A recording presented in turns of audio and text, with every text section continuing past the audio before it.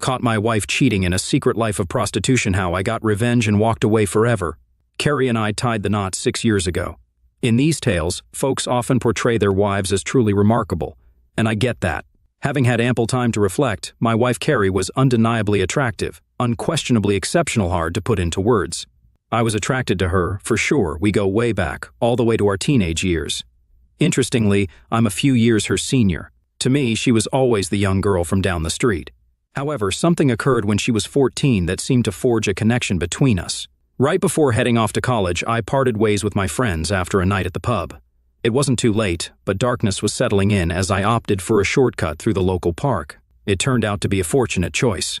I stumbled upon young Carrie facing trouble with a couple of boys around her age. Trouble might be an understatement. It was quite serious. If I hadn't arrived at that precise moment, who knows what could have transpired. According to her, I played the hero, swooping in just in time to rescue her. However, the truth was that when I confronted the two guys, they got scared and quickly left. In any case, I became something special to her. Throughout the rest of the summer, I observed her not exactly trailing me, but certainly making an effort to be wherever I was. Naturally, my friends teased me since, at 18, I was deemed too old for her. Yet even then, I had to acknowledge she was a remarkably attractive young lady, with even at that age a pair of incredibly well-shaped long legs. After that, I embarked on a 3-year study period and hardly crossed paths with her until I returned after graduating, spending an extended summer there before heading off to my new job. By that time, she was, and I was, almost a somewhat different situation altogether. This aligned with the fact that she had blossomed into a beautiful young woman, making her ongoing affection for me quite understandable. We entered into a relationship, becoming a couple, strolling hand in hand in the park and seizing every opportunity for kisses and cuddles. By then, I was no longer a Vestal, but she still was. Despite a few close calls, she maintained her purity. This isn't to say that I didn't explore the delightful softness of her body, but that was the extent of it. I wasn't overly concerned, as deep down, I still saw myself as her protector. Carrie continued recounting the time I rescued her from a dire situation, and I'm pretty certain that summer strengthened her love for me. Honestly, I wasn't far behind in falling even more deeply for her. Though it wasn't a mutual feeling at the time, despite openly discussing alternative paths. We sadly went our separate ways, Carrie to Leeds Metropolitan University and me to my inaugural job in Bristol. We were quite geographically distant. While she pledged fidelity, I took it with a grain of salt, having experienced the changes and temptations during my own 3 years as a student. I did visit her a few times, but during the last visit, it became evident she had another life to contend with, and we gradually drifted apart. That could have been the end of it, as I certainly didn't linger. I embraced a few years of flings on the Bristol scene, exploring different relationships. However, my trajectory shifted, leading me back closer to home, where Carrie re-entered my life. By then, she had graduated and was already working. When her parents invited me over, I must admit the initial welcome from darling Carrie was a bit less warm than anticipated. However, that quickly changed. Indeed, she had transformed herself, matured, and gained sophistication and worldly wisdom. Yes, she had lost her purity, but not to me. Nonetheless, it wasn't a significant concern, and who was I to complain? Then one evening she confided to someone that I remained her special hero, and it felt like we were picking up where we had left off. I rekindled my connection with her, and this time we didn't stop there. We soon became involved in bed, and the more we shared our love, the deeper it grew. Marriage followed it inevitably, as certain as morning follows night. 6 years later, we were still as deeply in love as ever. Carrie, at times a bit conservative, disapproved of various things, but never pushed her views too strongly, making it a non-issue. We were genuinely happy, and the future looked promising. My problem arose when my company decided to promote me, a situation I had no issue with, except that it meant relocating to the vibrant city of Leeds, where my loving wife had spent her university years. It was a choice between that and the Middle East, and since we wanted to start a family, Leeds seemed the more sensible option. Initially, there were no problems, at least not for the first couple of weeks as we settled into a temporary rented flat. I knew I would miss watching Arsenal play football, and Leeds City wasn't about to replace them in my affections. After all, Billy Bremner and crew had long since retired. But overall, Leeds didn't seem like a bad place to be. For those unfamiliar, it's a lively city with a bustling nightlife. Then one evening, she suggested we take a tour of the city and visit some places she used to frequent as a student. We had drinks in a few student pubs, but even Carrie felt somewhat out of place after 8 years since her Leeds Met graduation. We dined at a restaurant where she once worked, but she found no familiar faces, and the decor had changed. It was evident she felt a bit let down by the evening. It lacked the magic she had hoped for. It's strange how a place's transformation since your last visit can be so disappointing. The whole evening seemed destined for a poor ending. Finally, she declared that there was a little pub on the edge of town where she worked during her final year. It wasn't a student pub, so maybe some locals would still be around. It was still early evening as we walked hand in hand through the city center, resembling two lovers. We left the car behind until she led me down a couple of back alleys, and the nature of the buildings began to change from bright city lights to shabby backstreet houses and crumbling workshops. I felt doubtful and asked Carrie if it was like this when she was here. She laughed, assuring me it hadn't changed. She had lived nearby in a cheap flat shared with 3 other girls, one of whom worked at the same pub for some time. She pointed around a corner, and her joy was evident, making me grin. There in front of us was a dingy-looking pub. I wouldn't have entered on my own, but with Carrie, it was different. Not that she dressed provocatively, it wasn't her style. Carrie epitomized elegance, from her neatly cut dark hair to her smart suits and formal high heels. That evening was an exception, with her in a slightly daring short skirt. I joked that maybe it was to recall her student days, but on second thought, perhaps she had some inkling of how the evening would unfold. Maybe not, though. No, I think if she had known, then she wouldn't have left our flat. The pub was called the Rose and Crown, with 2 typical big, period-etched, multicolored windows at the front that undoubtedly looked splendid in their time. I questioned hesitantly if she was sure this was it. She assured me that it wasn't so bad once you got inside. With that, she gave me a beautiful smile, one I'd cherished since I knew her, as a young girl, and pushed open the pub door. Little did I know then that I would never feel the same again about that smile. I followed her inside, and she was correct. The interior was old-fashioned but quite tidy, featuring a long, dark wooden bar and a charming old mirror behind it. Surprisingly, the windows, which appeared grubby from outside, looked fine from within, as the street lamp lights shone through them, casting a warm glow on the bar. Carrie stood there, finely enchanted, recognition evident on her face. She remarked that it hadn't changed a bit. I added that I shouldn't think it had changed much in 50 years, eliciting a giggle from her as she lovingly looked up at me. She pointed and exclaimed about something at the other end of the bar, releasing my hand and sliding across the wooden floor. She greeted the bartender with a, "Hi there, remember me?" The bartender turned around to look at her, appraising the pretty young woman in front of him. A smile broke across his face as he recognized her and exclaimed, "Carrie, is that really you?" Carrie nodded in confirmation, grinning up at the tall, lanky bartender whose name I never did discover. I couldn't help but grin myself, realizing that Carrie had finally found someone who remembered her, and the evening wasn't going to be a total waste after all. He expressed joy and rushed from behind the bar, embracing Carrie tightly and planting a full-on kiss on her lips. The embrace and kiss didn't last long enough for me to feel jealous or anything, but the first uneasy feeling crept coldly through my gut, wiping the grin from my face.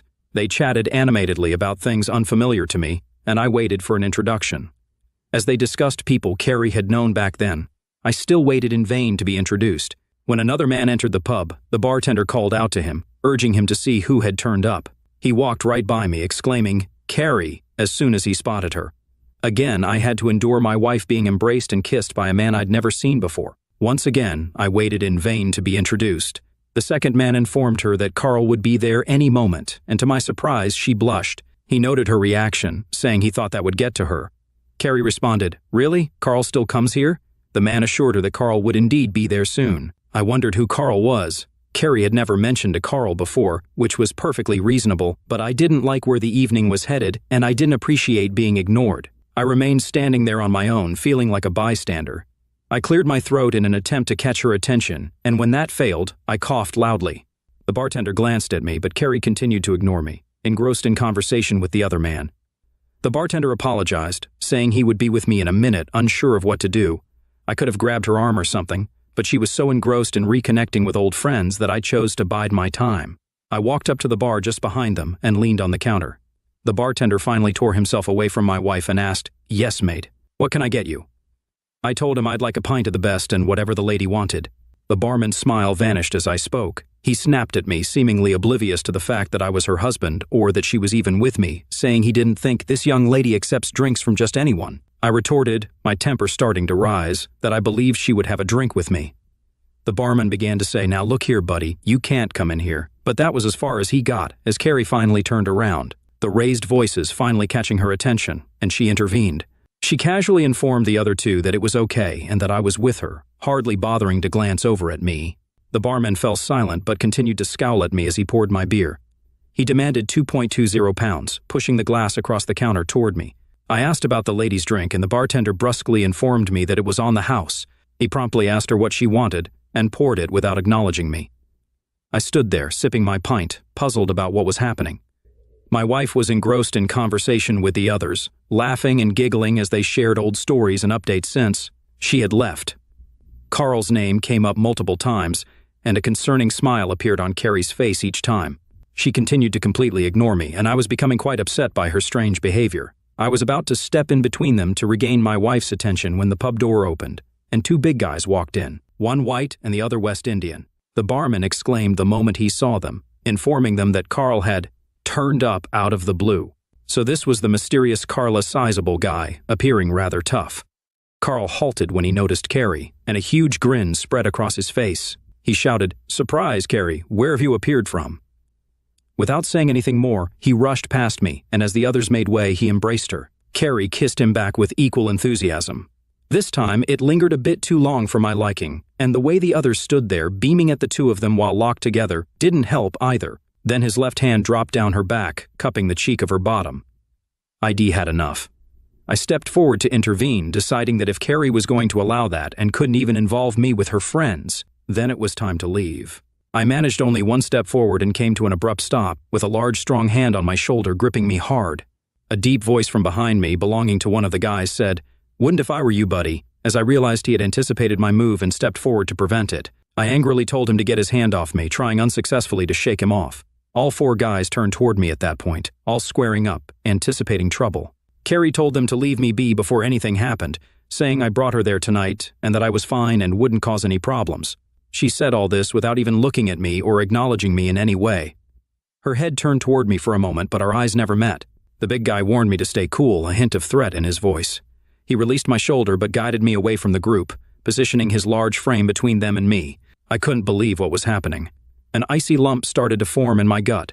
Just 20 minutes earlier, I had strolled hand in hand with my beloved wife through the heart of Leeds city center, blissfully in love. Now, I found myself sidelined and excluded as she gravitated toward one of the tables in the increasingly crowded pub.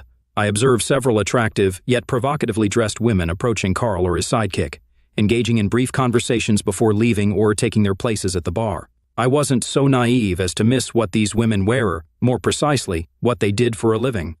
My somewhat prim and proper wife was socializing with a pimp. He must have been one. Carl must have been a bloody pimp. Could she be so oblivious not to recognize her surroundings?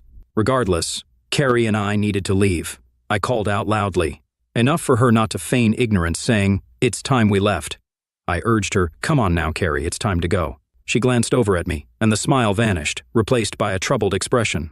She didn't say no, nor did she say anything at all. Carrie simply shook her head at me and turned back to her friends, the smile returning, and before long, she was giggling like a little schoolgirl, apparently having forgotten that I was even there. The deep voice at my elbow warned me to play it cool or piss off, saying he wouldn't warn me again.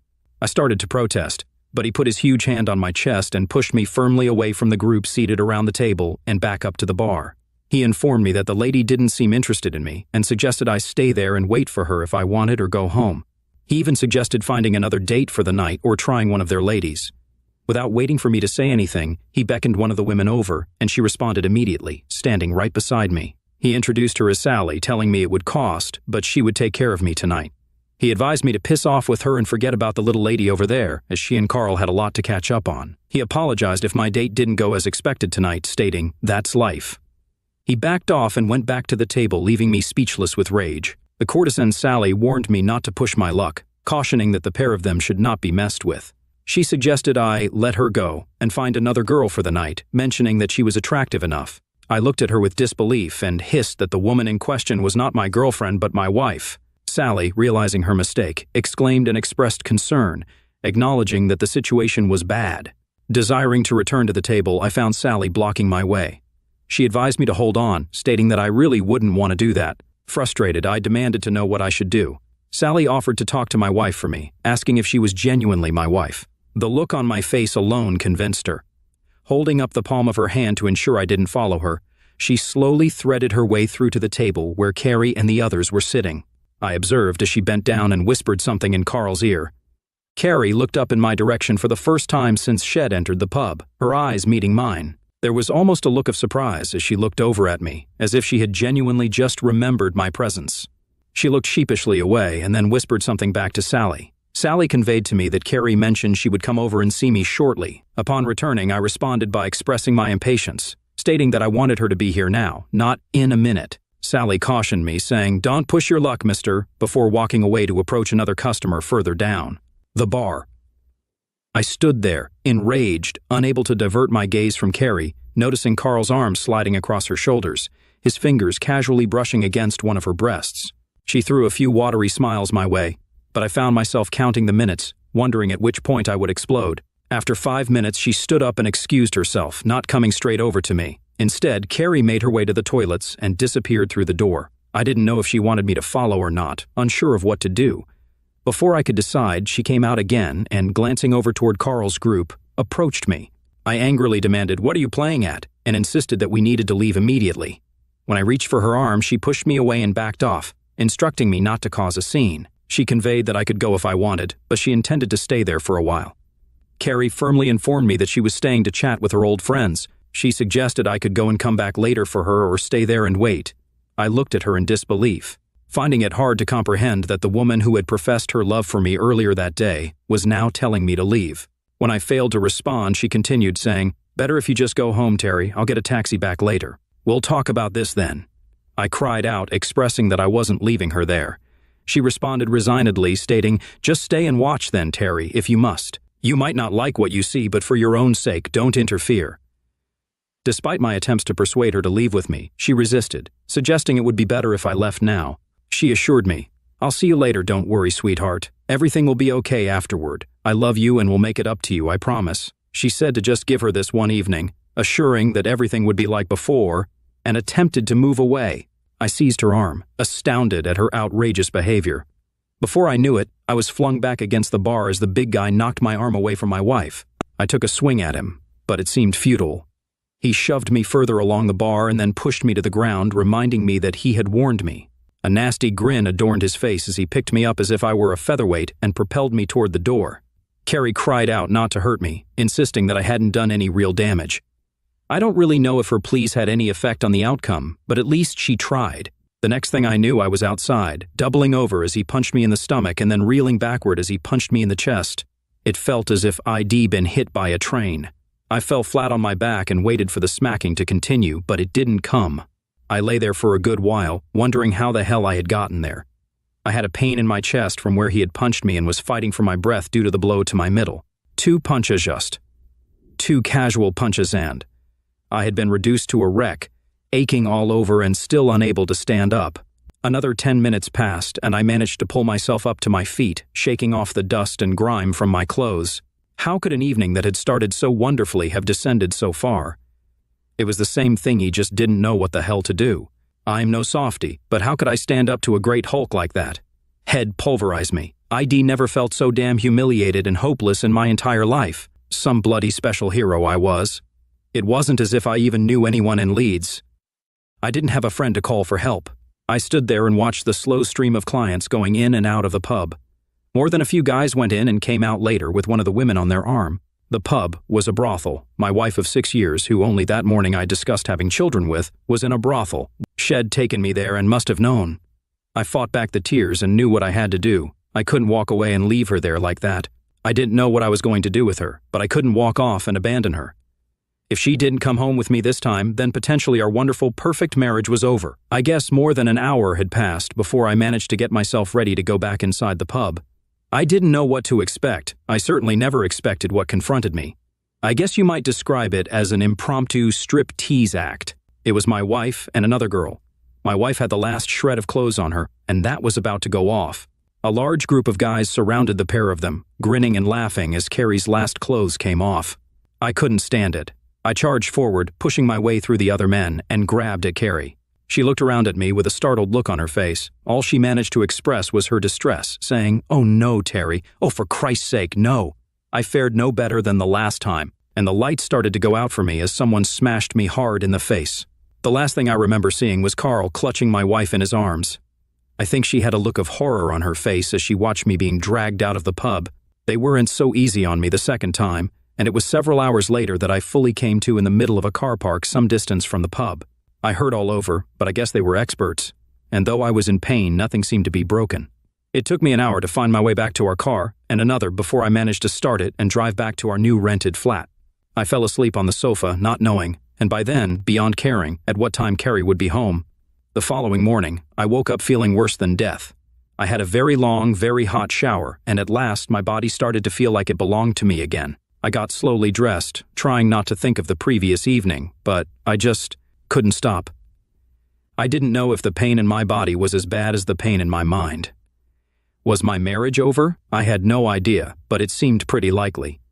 For the life of me, I couldn't understand what had happened. How could my loving wife, Carrie, have acted like that? I'd known her all those years, but quite obviously, not as well as I thought. It was 11 in the morning, and where the hell was she? I wasn't going to chase after her. The phone had only been connected the day before, and unless it was a double-glazing salesman on a cold call, the only person other than myself who had the number was my darling wife. I answered after picking it up. She greeted me quietly, asking if I was okay. I responded, questioning her understanding of the situation. She expressed remorse, stating her regrets for the previous night's events. She mentioned her mistake in returning to the pub and asked about my whereabouts. I demanded to know where she was but ignored her question about my well-being. She urgently claimed, "No, don't be stupid, Terry. The only one was..." She left the sentence unfinished, realizing what she was about to say. Neither of us said anything for several minutes, though I could hear her sobbing on the other end of the line. She pleaded for understanding, expressing her desire for me to comprehend her actions. She asked to come home and wanted things to return to how they were. She promised to explain everything if given a chance. Desperately, I wanted to tell her to leave, but this had to be sorted out one way or the other. I stated that she should make her own way home or get one of her boyfriends to drive her back. "Oh, thank you, Terry," she whimpered. "I'll be back in half an hour at the most. It will all be okay, you'll see. Everything will be okay." I slammed the phone down before she had time to say anything else. Damn it. Bugger it. I loved her, but I hated her. What the hell was I going to say to her when she got back? Was I going to tell her to pack her bags, or would I take her in my arms?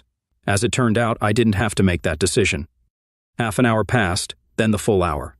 The afternoon turned into evening, and still no sign of my errant wife. By PM, it was obvious she wasn't actually going to come home that night anyway, and, for me, that meant possibly not any night in the future. As each hour had passed, I had gotten angrier and angrier, not shouting and screaming angry, but with a cold, calculating fury that consumed me. I put a few things in the car and drove very carefully back to the city center, hoping that I could find the pub again that Carrie had taken me to the night before. After several mistakes, I eventually recognized a large factory, and just down the road, the Rose and Crown pub.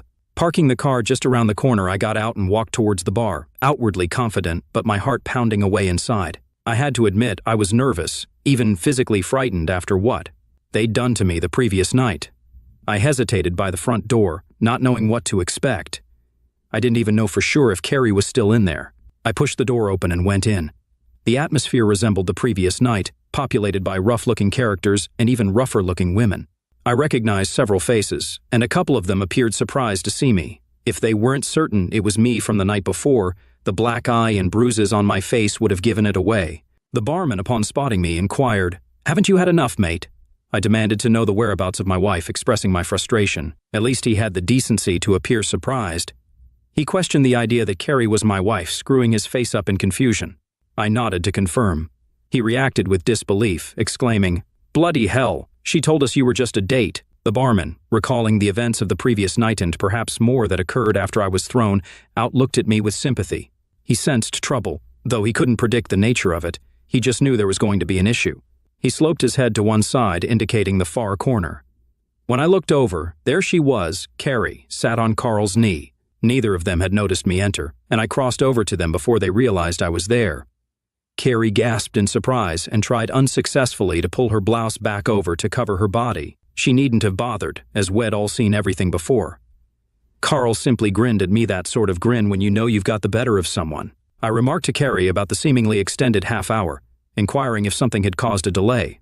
Initially, she responded with silence, her expression reflecting shock. Carl scornfully retorted, instructing me to leave and claiming he would send her home when he deemed fit. Carrie finally found her voice and whispered assurances to me, pleading, "Please, Terry, I'll definitely be back home later, I promise." Carl laughed, kissed her, and taunted me more than her, asserting control as he declared, "You'll go when I say you can," while keeping a watchful eye on me to gauge my reaction. I addressed Carrie, disregarding Carl's sneers. I conveyed to her that it was her last chance, emphasizing that the decision needed to be made at that moment. I had contemplated the situation extensively, and believed that even then, if she had chosen to come with me, prioritizing me over him, I would have attempted to work through the issues. Perhaps we could overcome what had happened. At that point, I wasn't entirely sure, but there was a possibility. She looked at me pitifully, indecision written all over her face.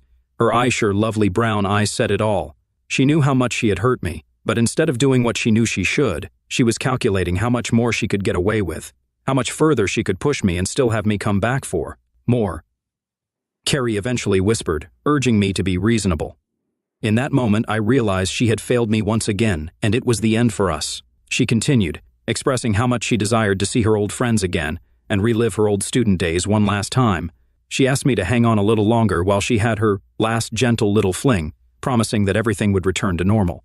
She insisted that she genuinely loved me and assured me that she would make it up to me. She stared at me imploringly, her eyes begging me to agree, but I said nothing in reply. Carrie went to say something else to me, but Carl had had enough as well.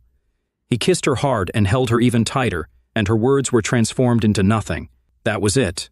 I had all the information I needed. My wife was coming back home after all, but I'd have to wait until tomorrow, or maybe the day after, or the day after that. Fine. That was great, wasn't it? I noticed that the West Indian guy was edging over towards me, so I held up my hands and backed off. No point in getting involved in a one-sided fight with him again. The whole bar had fallen silent, waiting to see what was going to happen. But as far as I was concerned, nothing was going to happen, at least not straight away. "See you all later then," I said quietly. "I'm not still 14, Terry," Carrie burst out. "I can look after myself now." Even her face fell when she saw how that punched Meher one special thing over all those years and she was throwing it back in my face. "I'm sorry, Terry," she started. "I really didn't mean that, But I ignored her, taking no notice of her incoherent apology as I backed out through the door. Carl laughed out loud again and slid her blouse right off her, reaching up under her skirt even as I watched, to rub my face in my misery. It could have been that caused the tears to roll down her cheeks, but somehow I doubted it. I guess she still loved me in her way, and to see me humiliated like that again could have just been too much. That's what I like to think anyway. As I closed the door behind me, the silence in the pub crashed as everyone started to talk and laugh at the same time. I guess they thought they'd seen the last of me. Strolling slowly back to my car, I opened the boot and took out the stuff that ID put there before I left the house. Anybody watching me would have thought I was cool and relaxed, whereas actually, I was fuming inside, terrified of what I'd decided to do, not knowing how it was going to turn out. I had a license for my over and under 12-bore Browning rifle. I'd been going to clay pigeon shooting for a couple of years by then, and though I wasn't very good at it, I figured I didn't have to be for what I had planned. I selected a handful of cartridges, making sure they were all small caliber, as I didn't want to end up in prison on a homicide charge. I broke the weapon and pushed 2 rounds in, putting the rest in my jacket pocket. Few moments later, and I was back outside the pub, staring at the 2 big engraved windows. This will wake them up, I thought, my heart thundering away inside my jacket. This wasn't me. It just wasn't me. But what else was I to do? There was no mileage in going back in and arguing with her, as she wouldn't agree, and I'd probably get another beating. What would I do if I simply went home? Wait for her to come back to me and discuss how we might get over what she had done? How she had humiliated me? No bloody way. It had gone beyond that by now, and I wasn't taking any more crap from any of them. Taking aim at the first window, I squeezed the trigger just like I'd been taught. My arm was trembling, shaking even, and the barrel of the rifle was swaying around uncertainly in a large circle as I fought to control my nerves.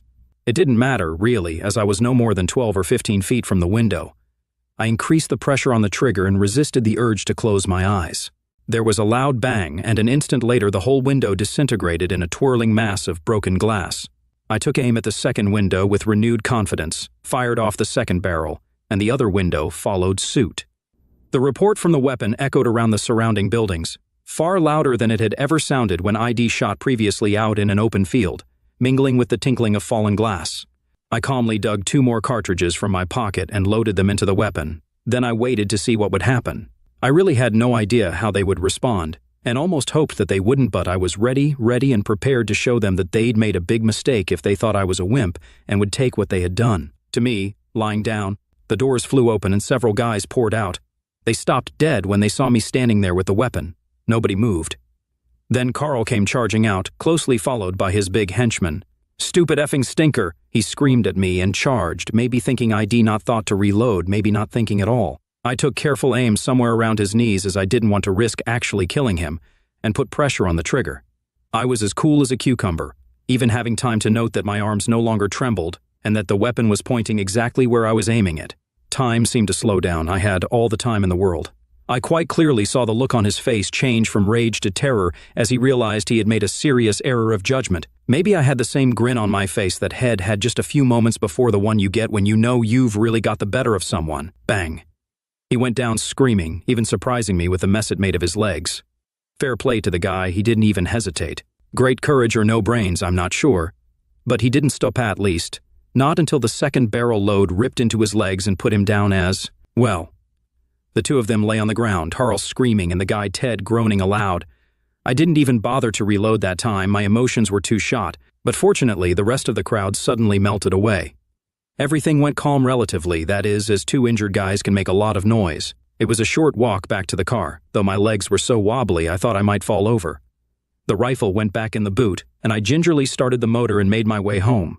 I drove slowly and very carefully indeed. I thought of going into the pub to frighten the crap out of Carrie, but I couldn't. I didn't trust myself, and to be honest, it had terrified me doing what I'd just done. But I'd done it. I'd bloody well done it, just as I'd promised myself I would. But enough was enough.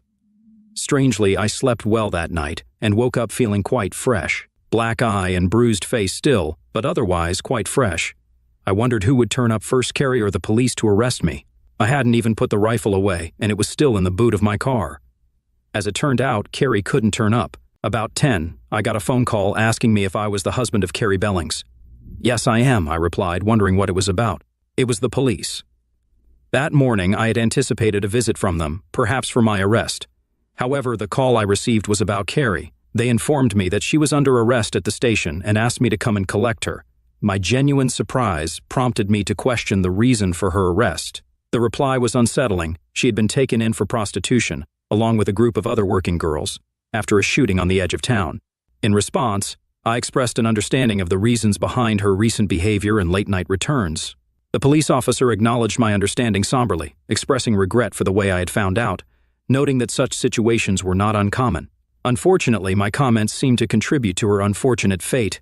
It turned out they initially considered her to be more upper class than the other women involved, and my refusal to collect her likely exacerbated the situation. As a result, she was prosecuted, found guilty, lost her new job, and faced challenges in securing future employment, given the stigma associated with a prostitution conviction for a young female graduate. The police didn't even ask me whether I owned a rifle. Mine was registered to me quite openly back in Bedford, where we had just moved from, but they never even checked. I wasn't a suspect in any way, so why would they? But why did nobody from the pub turn me in?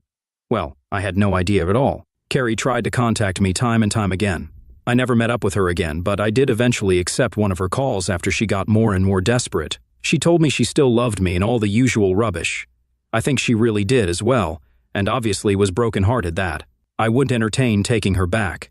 I refused to even discuss it, and she acted a little frightened of me after I had dealt with our problem as firmly as I had. When I questioned Carrie about her past involvement with Carl and her job at the pub during her student days, she was straightforward with me.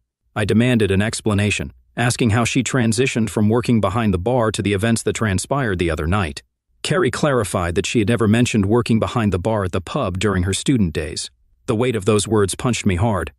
It suddenly became clear she had worked for Carl as one of his girls. The realization explained the hold he had over her. I had unknowingly married an escort, and it took going back to that place to uncover the truth. Whether that revelation was a good or bad thing, it's hard to determine. That's a judgment others will have to make for themselves. It was she who warned me that Carl would come looking for me to sort me out himself once he was back on his feet, that is. Maybe that's why nobody from the pub told the police about me, as people like that sort their own problems out. He'd never find me, of course. I backed out of the job in Leeds, which they understood after the news of my wife got out. But I took the one in the Middle East, where they were happy to have me on a bachelor posting. As they're cheaper than a married couple, that's about where we came in, I suppose. I got away with it. To my surprise, I actually got away with it, and they put it all down to a gangland shooting. I suppose you might be wondering what then happened to me. Okay, well, that's natural. As you might imagine, I gave up clay pigeon shooting and sold my rifle, then took up golf instead. Got quite good at it as well, and eventually got my handicap down to 6. I went out with quite a few different women, but only discovered just how good my wife Carrie had really been in bed. Well, she would have been, wouldn't she, as she had worked at it, as it were, in both senses of the word. Then I met up with Angie, a lovely American woman who I met in Dubai. Life was fine after thoroughly fine. I never inquired too deeply into quite where Shed gained her experience, but I really think she was just a gifted amateur. I hope so, anyway. We have never married, she didn't want to, and strictly speaking, I was still married and hadn't bothered to get divorced. I came back to the UK occasionally, but always steered clear of Leeds until, at last, I couldn't resist it. One Thursday in June found me slowly driving past the Rose and Crown, hoping that nobody would recognize me after all that time.